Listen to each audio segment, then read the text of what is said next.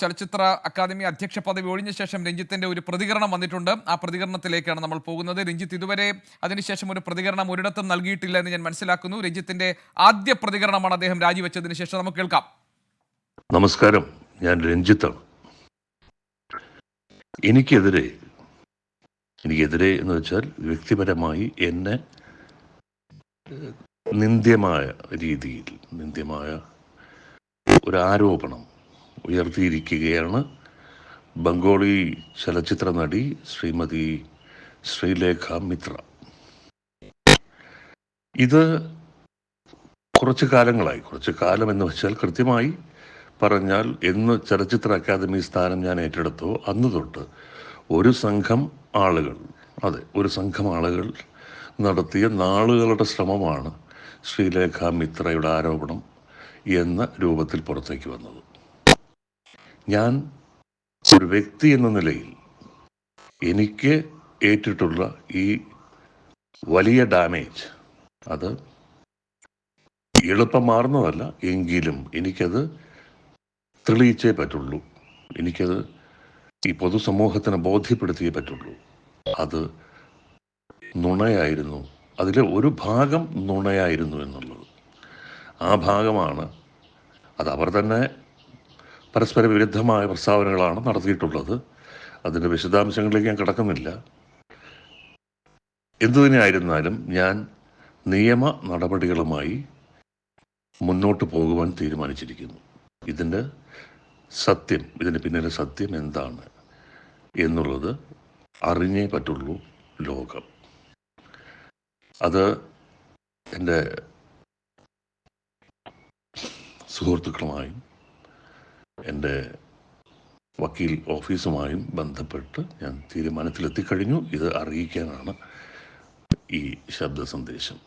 മറ്റൊന്ന്, ഇതിലും പ്രധാനപ്പെട്ട മറ്റൊരു കാര്യം, കേരള സർക്കാരിനെതിരെ CPIM എന്ന പാർട്ടിക്കെതിരെ വലതുപക്ഷ രാഷ്ട്രീയ നിലപാടുകളുള്ളവരും അവർക്ക് മുന്നിൽ പോർമുഖത്തെന്ന പോലെ നിൽക്കുന്ന മാധ്യമ പ്രവർത്തകരും സംഘടിതമായി തന്നെ സർക്കാരിനെ ആക്രമിക്കുന്ന പല വിഷയങ്ങളിൽ ഈ ചെളിവാരി എറിയൽ നടന്നുകൊണ്ടിരിക്കുകയാണല്ലോ. അതിലൊന്നിൻ്റെ പേര് ഞാനുമായി ബന്ധപ്പെട്ട് അല്ലെങ്കിൽ എൻ്റെ പേര് ഉപയോഗിച്ചിട്ടുള്ളതാണ് എന്നത് ഏറെ അപമാനകരമാണ്. കാരണം സത്യം എന്താണെന്ന് അറിയാതെ തന്നെയാണ് വലിയ ശബ്ദത്തിൽ ഇവിടുത്തെ മാധ്യമ ലോകവും മറ്റ് പലരും അല്ലെങ്കിൽ ചിലർ നടത്തുന്ന ഈ ആക്രമണത്തിൻ്റെ പശ്ചാത്തലത്തിൽ ഞാൻ എന്നൊരു വ്യക്തി കാരണം സർക്കാരിൻ്റെ പ്രതിച്ഛായയ്ക്ക് കളങ്കമേൽക്കുന്ന ഒരു പ്രവൃത്തിയും എൻ്റെ പക്ഷത്തുണ്ടാവില്ല. അല്ലെങ്കിൽ അത്തരമൊരു സാഹചര്യത്തിൽ സർക്കാർ നൽകിയിട്ടുള്ള ഒരു ഔദ്യോഗിക സ്ഥാനം അല്ലെങ്കിൽ അതിൽ തുടരുക എന്ന് പറയുന്നത് ശരിയല്ല എന്ന് തോന്നി. നിയമ നടപടികൾ പൂർത്തിയാവുന്ന ഒരു ദിവസം വരും, സത്യം ലോകമറിയും. അത് അത്ര വിദൂരമല്ല എന്നെനിക്കറിയാം. പക്ഷെ തൽക്കാലം എൻ്റെ തീരുമാനം അതല്ല. അതിൻ്റെ വിധി പുറത്തു വരുന്ന നാൾ വരെ കാത്തിരിക്കാനല്ല ഉദ്ദേശം. സർക്കാരിൻ്റെ ഔദ്യോഗിക സ്ഥാനത്തിരുന്നു കൊണ്ടല്ല ആ നിയമ പോരാട്ടം നടത്തേണ്ടത് എന്ന് എൻ്റെ ബോധ്യമാണ് എന്നത്. അതുകൊണ്ട് കേരള സംസ്ഥാന ചലച്ചിത്ര അക്കാദമി ചെയർമാൻ എന്ന സ്ഥാനം ഞാൻ രാജിവെക്കുകയാണ് എന്നറിയിക്കുന്നു. ഒപ്പം ഇത് സ്വീകരിക്കണമെന്ന് ബഹുമാനപ്പെട്ട സാംസ്കാരിക വകുപ്പ് മന്ത്രിയോടും കേരളത്തിൻ്റെ ആദരണീയനായ മുഖ്യമന്ത്രിയോടും ഞാൻ അഭ്യർത്ഥിക്കുന്നു. മാധ്യമ പ്രവർത്തകരോട് എനിക്കൊരു വാക്ക് പറയാനുണ്ട്. എൻ്റെ സ്വകാര്യത, എൻ്റെ വീടിൻ്റെ സ്വകാര്യതയാണ്. ആ വീട്ടുമുറ്റത്തേക്കാണ് എൻ്റെ അനുവാദമില്ലാതെ, എന്നോട് അനുവാദം ചോദിക്കാതെ നിങ്ങളൊരു വലിയ സംഘം ഇരച്ചുകയറി ഇന്നലെ വന്നത്. ഇന്നും അത് ആവർത്തിക്കാനുള്ള ശ്രമവുമായി വീടിന് പുറത്ത് കാത്തു നിൽക്കുന്നുണ്ടെന്ന് പറയുന്നു. ദയവ് ചെയ്ത് ഒരു കാര്യം മനസ്സിലാക്കുക, എനിക്ക് ഒരു മാധ്യമ ക്യാമറയെയും അഭിമുഖീകരിക്കേണ്ട കാര്യമില്ല. ഞാൻ ഈ അയക്കുന്ന സന്ദേശത്തിൽ കാര്യങ്ങൾ വളരെ വ്യക്തമാണ്. ചലച്ചിത്ര അക്കാദമി അധ്യക്ഷ പദവി ഒഴിഞ്ഞ ശേഷമുള്ള സംവിധായകൻ രഞ്ജിത്തിന്റെ ആദ്യ പ്രതികരണമാണ് നമ്മൾ കണ്ടത്.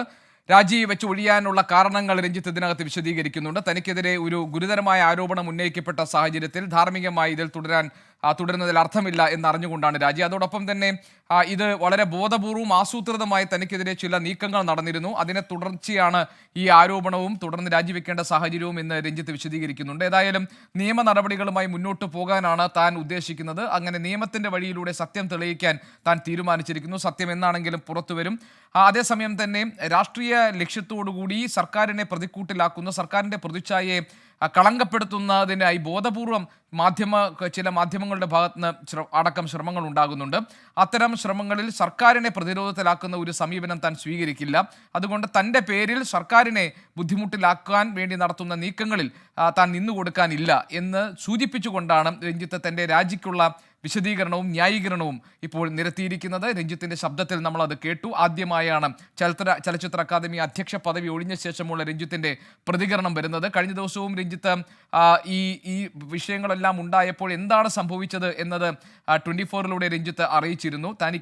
താൻ നടി ശ്രീലേഖ മിത്ര ഉന്നയിച്ച ആരോപണങ്ങളിലെ ഒരു ഭാഗം കളവാണ് എന്നായിരുന്നു രഞ്ജിത്ത് അപ്പോഴെടുത്ത നിലപാട്. അതുകൊണ്ട് തന്നെ രാജിവെക്കുന്നതിനെ കുറിച്ച് രഞ്ജിത്ത് ആലോചിച്ചിരുന്നില്ല. വലിയ സമ്മർദ്ദവും വിമർശനങ്ങളുമൊക്കെ വിവിധ കോണുകളിൽ നിന്ന് ഉയരുമ്പോഴും വയനാട്ടിലെ തന്റെ റിസോർട്ടിൽ രഞ്ജിത്ത് വിശ്രമിക്കുകയായിരുന്നു. അദ്ദേഹം മാധ്യമപ്രവർത്തകരെ അകത്തേക്ക് കടത്തിയിരുന്നില്ല. മാത്രമല്ല നിലവിലെ സാഹചര്യത്തിൽ മറ്റൊന്നും പറയാനില്ല എന്ന നിലപാടായിരുന്നു രഞ്ജിത്തിന് ഇന്നലെ ഉണ്ടായിരുന്നത്. പക്ഷേ കാര്യങ്ങൾ കുറെ കൂടി സങ്കീർണമാവുകയും സമ്മർദ്ദം പലയിടങ്ങളിൽ നിന്നും രൂപപ്പെടുകയും നേരത്തെ വിജയകുമാർ സൂചിപ്പിച്ചതുപോലെ അതൊരു സാമൂഹിക സമ്മർദ്ദത്തിന്റെ സ്വഭാവം ഈ പ്രഷറിന് കൈവരിച്ചിട്ടുണ്ട്. അതിനെ തുടർന്ന് രഞ്ജിത്തിന് രാജിയല്ലാതെ മറ്റൊരു വഴിയില്ല എന്ന അവസ്ഥ ഉണ്ടായി എന്നാണ് പൊതുവിൽ വിലയിരുത്തപ്പെടുന്നത്. ഏതായാലും അതൊന്നുമല്ല, ധാർമ്മികത ഉയർത്തിപ്പിടിച്ചാണ് തന്റെ രാജി എന്ന് രഞ്ജിത്ത് വിശദീകരിക്കുന്നു. മാത്രമല്ല ബോധപൂർവമായ നീക്കം, ചില ആസൂത്രിത നീക്കങ്ങൾ ഇതിന് പിന്നിലുണ്ടെന്ന് അദ്ദേഹം സംശയിക്കുന്നു.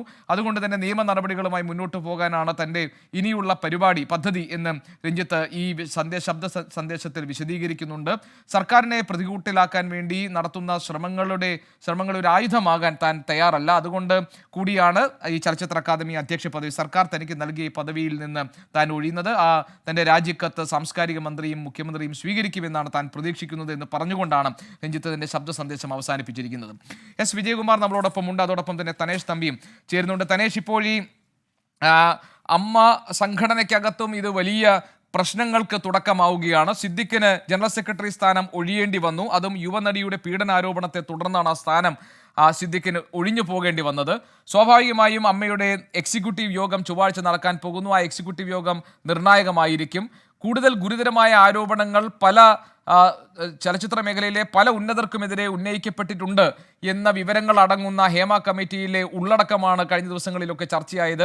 സ്വാഭാവികമായും അമ്മയെ പ്രതിരോധത്തിലാക്കുന്നതല്ലേ സിദ്ദിഖിനെതിരെ, ജനറൽ സെക്രട്ടറിക്കെതിരെ ഉയർന്നു വന്ന ആരോപണങ്ങളും തുടർന്ന് സിദ്ദിഖിന് രാജിവെക്കേണ്ടി വന്ന സാഹചര്യവും എന്തായിരിക്കും അമ്മ എന്ന അഭിനേതാക്കളുടെ സംഘടന ഈ വിഷയത്തിൽ ഇനി സ്വീകരിക്കാൻ സാധ്യതയുള്ള നിലപാട്? എന്തെല്ലാം തുടർ നടപടികളാണ് നമ്മൾ പ്രതീക്ഷിക്കേണ്ടത്?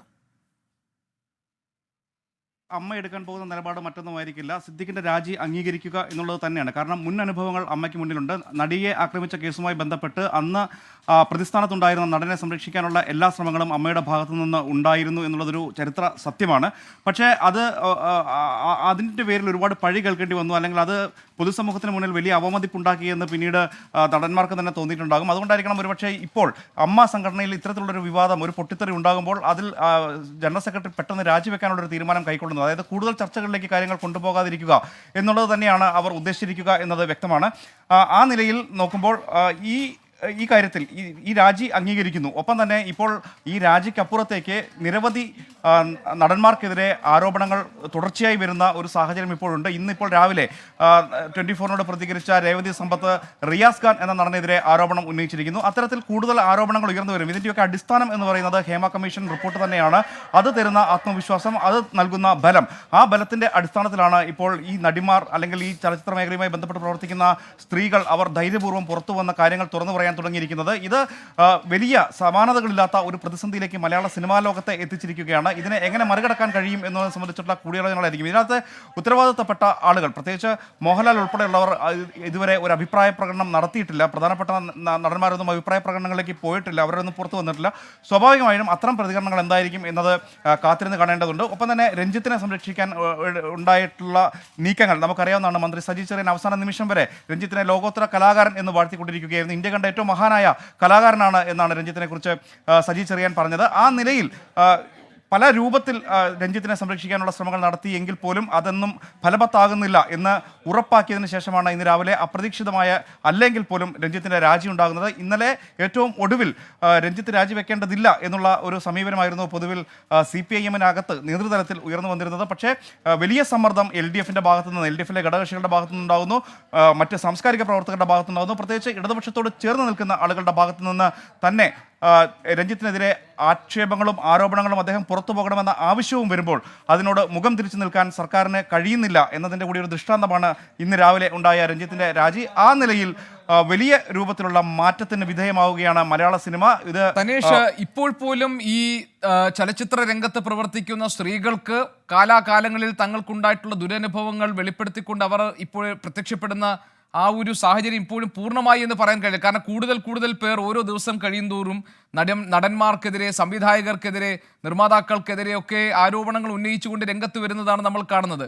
ഇത് അമ്മ എന്ന സംഘടനയെ എങ്ങനെയാണ് ബാധിക്കാൻ പോകുന്നത്? കാരണം സിദ്ദിഖ് കഴിഞ്ഞ ദിവസം നടത്തിയ വാർത്താ സമ്മേളനത്തിൽ ഞങ്ങളിൽ ഒരു 90% ആളുകൾക്കും ഇങ്ങനെയൊന്നും ഒരു അനുഭവം ഉണ്ടായിട്ടില്ല എന്ന് പറഞ്ഞത് മണിക്കൂറുകൾക്കകമാണ് എക്സിക്യൂട്ടീവ് കമ്മിറ്റിയിൽ അംഗമായ അൻസിബ തനിക്ക് അങ്ങനെ ഒരു മോശം അനുഭവം ഉണ്ടായി എന്ന് വെളിപ്പെടുത്തി രംഗത്ത് വന്നത്.